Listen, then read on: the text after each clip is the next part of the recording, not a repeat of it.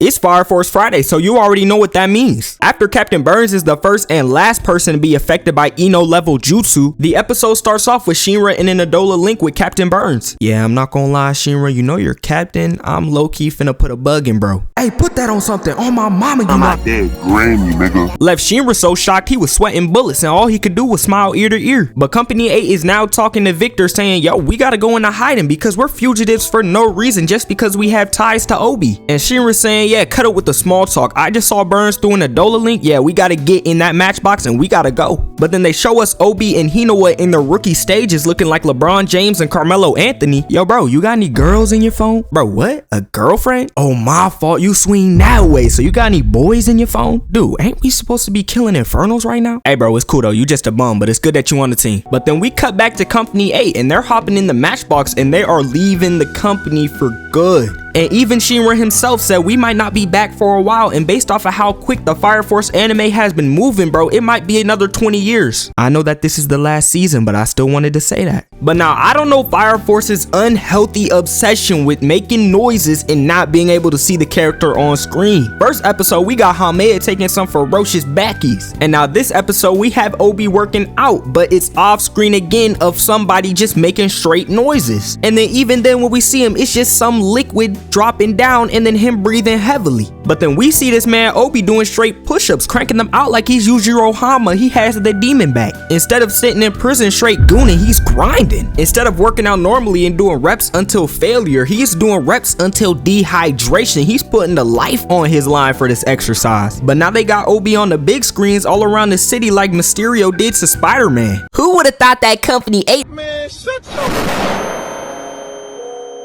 Ogun saying, yeah, no, this is not like the 8th, but I'm not gonna lie, Ogun is my boy. This is one of my goats right here, but this dude needs a fade because I do not know what's going on with his hairline. Dude walked into the barber saying, yeah, cut the sides down a little, then put some random indents in the side of my hair to make it look even stupider. Leave the temples of my head bald, you know, a little more up towards the top of my head, and then just give me like a kind of like a lightning bolt looking hairline. I think that'd be tough. He'd be a fool if he tipped the barber after this cut. And they're even showing us a perspective from Company 5. A doctor that looks like he came straight out of the Coneheads is telling Hibana, yo, you gotta stop supporting Company 8 or we finna become traitors too. And weren't these the same people in season 1 that literally took an Inferno captive even though they were supposed to put bro out of his misery, ran illegal experiments on him and other Infernals, and they're not excommunicated like Company 8? Hey, I'm not gonna lie, I'ma assume Hibana is doing something behind the scenes, if you know what I mean. The news even hit Asakusa and it had Benimaru walking down the street like he just lost $1 million gambling. Dude ain't even talking to the citizens of the city that he loves to throw parties for. The soldiers have Company 8 locked up like Company 8 committed a crime that Batman himself needs to leave everything going on in Gotham and pull up to Company 8 just to situate what's going on. Company 8 pulls up to some random abandoned building and they're deciding where to go next. Yo, when I first joined and I spoke to Obi, he asked me which set do I really rep. And I couldn't answer, bro. But to be completely honest, I don't like y'all at Company 8 or at Hajima. And he starts walking to the tree talking about a certain person and him have been outlaws all along. And the camera starts to pan and we see a shoe standing behind the tree. Dude thought he was Piccolo. This guy who's pushing 30 years old steps with a little pep in his step like a goofy jump like he's a clown. And this man says sup.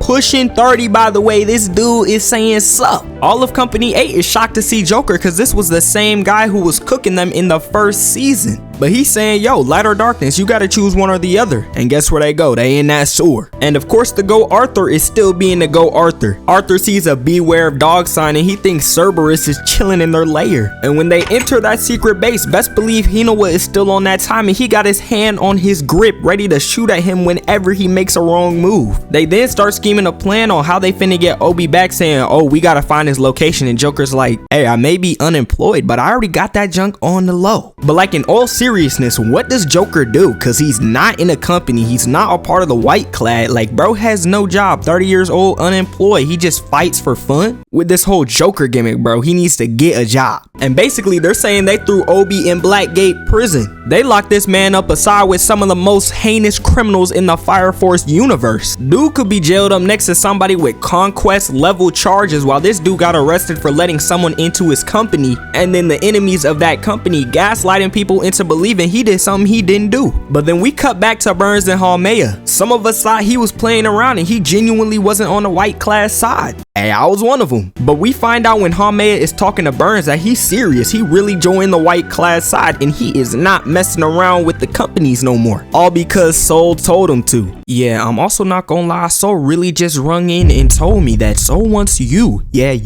to turn Akitaru Obi into an infernal and capture Shinra. You got that for me, right? For the bigger picture for Soul? Oh, my mama Halmea, I'll cut my hands off for Soul. And this man really isn't lying either. She's using talking head to read his mind, and this man is set. He's standing on business. There is no turning back at this point. But basically, Joker and Shinra are the first ones to move out to go forward in their plan with saving Obi. But then we cut to the prison, and we have Bling Boy, if he was a girl, pulling up on Obi talking about gold, gold, gold.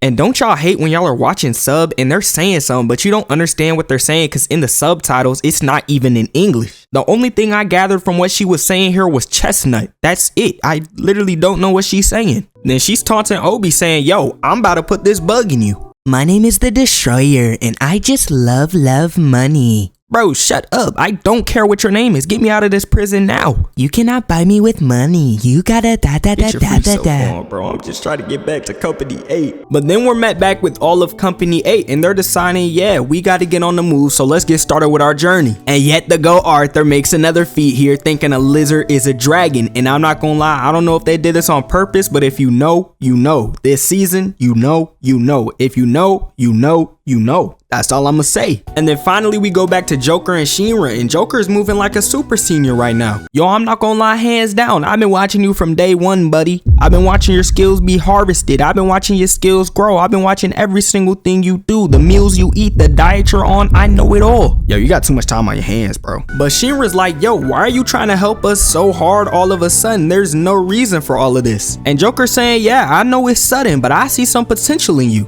And I'm not gonna hold you. There's someone else I've been looking at in your company too. I've been watching him bathe. I've been watching him eat. I know all the clothes he buys, the stores he shops at. I know everything about this dude. I see a light in bro so bright that it might even be touching LeBron levels of brightness. And that person I see the potential in is your captain. We gotta save Obi, and I'm not gonna hold you. You have that light too. And Joker saying he can put belt to any behind that he comes across, but he's asking Shinra, can he do the same? Cause I'm not gonna lie, it's looking like Joker's finna have to protect Shinra, but Shinra says, nah, I did some training in Asakusa with Benny Maru. We coming back better than ever. I got the press of death. I got the Corona. I got whatever I need. I'm finna cook anybody I come against. Can you cook Benny Maru though? Hey bro, let's just talk about something else. But Joker's like, yo, we made it to our destination. It's time to put some belt to some behind. You better go in there and make an entrance or I can't side with you. So Shinra pops through the ceiling. The white clad members are already knowing what timing they're on, saying, yo, we finna have a good fight. I can't wait for this junk. It seems like some strong opponents pulled up. And they got Burns Cape flying in the wind because this dude's just clip farming for the fun of it. And he's saying, you've come, haven't you? Dude is prepared for the hands. And then we get Shinra and Joker just chilling in the smoke, clip farming for the fun of it. Absolute cinema. And of course they gotta leave us on a cliffhanger, so we gotta wait till next Friday to see some hands actually be thrown. But let me know how y'all felt about that episode and how y'all feel about Fire Force right now as a whole, because if I'm being so honest, I'ma rock with it and I have high hopes for the rest of this season. And I'm already knowing next episode is about to be crazy based off of how they left us on this episode. And I swear, if they hit us with a little filler, a little flashback, and no hands next episode after doing what they did this episode, I'm gonna be heated. I don't care if it's some lackey Infernal fighting some nobody in the Fire Force company. I just want to see some hands be thrown. Also, let me know if y'all rock with the little abridging thing where, you know, like I'll voice act a little bit of the characters just messing around saying random things. Let me know if y'all want to see more of that, and let me know what anime y'all trying to see next, because I'll do it if I watched it. And if I haven't watched it, I'll watch it just for you. Trust, I'll put it on the list.